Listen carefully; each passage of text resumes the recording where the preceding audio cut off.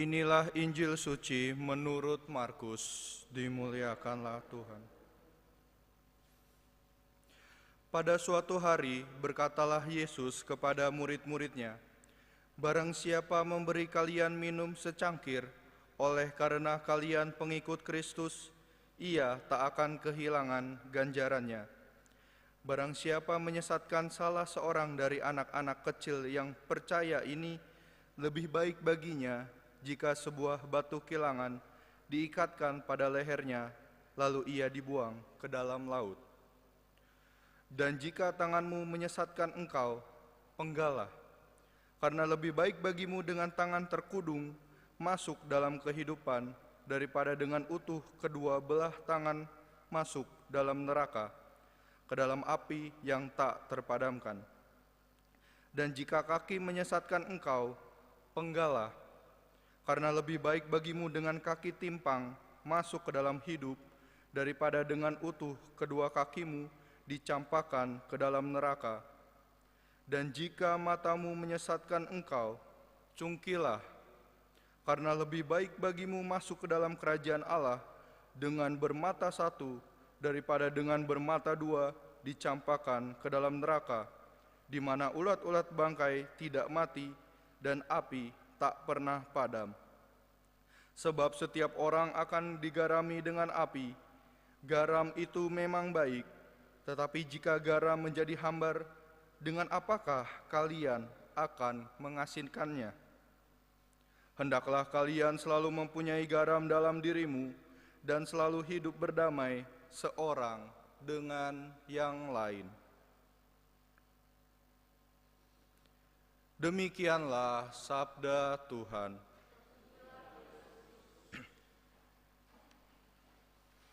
Saudara-saudari yang terkasih, bacaan Injil pada hari ini, Yesus memperingatkan para murid untuk memberikan contoh dalam karya pelayanan mereka, contoh yang baik, contoh belas kasih Tuhan yang sungguh luar biasa.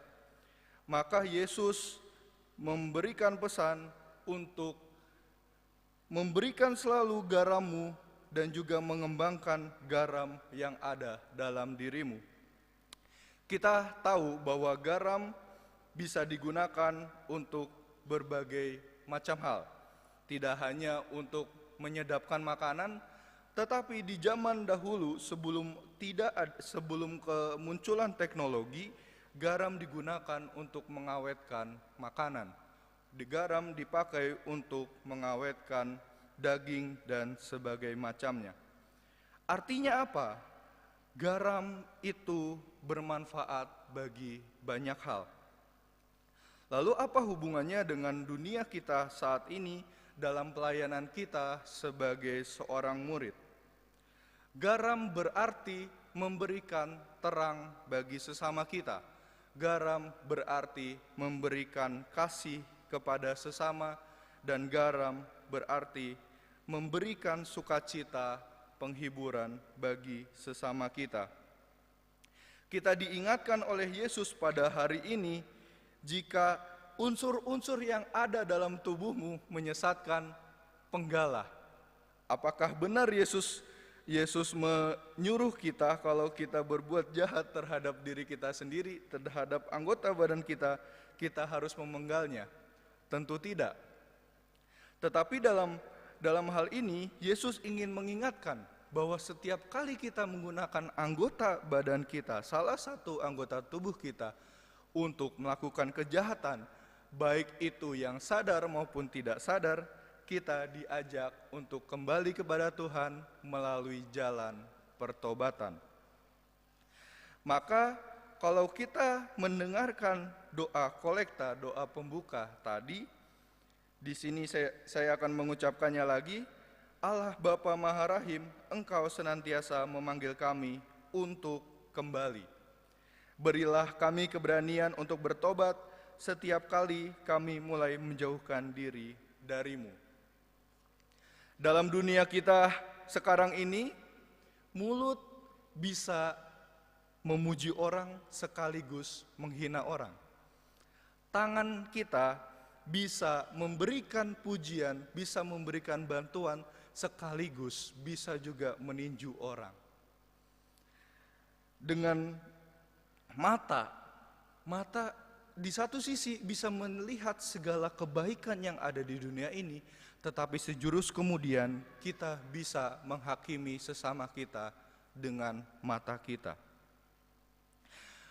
Maka kita perlu menyadari bahwa di dunia kita sekarang ini, dengan begitu banyaknya media sosial di mana-mana, segala informasi yang berkembang dengan begitu pesat, bagaimana kita menggunakan tangan, bagaimana kita menggunakan mulut dan juga mata kita untuk mewartakan kebaikan. Maka saudara-saudari yang terkasih, menjelang perayaan Rabu Abu, menjelang perayaan penuh rahmat, pertobatan kita diajak untuk merenungkan ke dalam diri kita, sejauh mana apakah kita sudah menjadi garam dalam diri kita sendiri, mengembangkan unsur-unsur garam itu dalam diri kita, atau justru kita masih dalam tanda kutip belum mampu untuk mengembangkan garam itu. Kalau belum mampu, salah satu caranya adalah ayo bertobat. Ayo datang kepada Tuhan, karena pada tahun ini adalah tahun rahmat, tahun jubilium Tuhan, tahun belas kasih, dan kita pun akan menyongsong masa prapaskah, masa pertobatan, masa Allah yang senantiasa memberikan belas kasih kepada kita.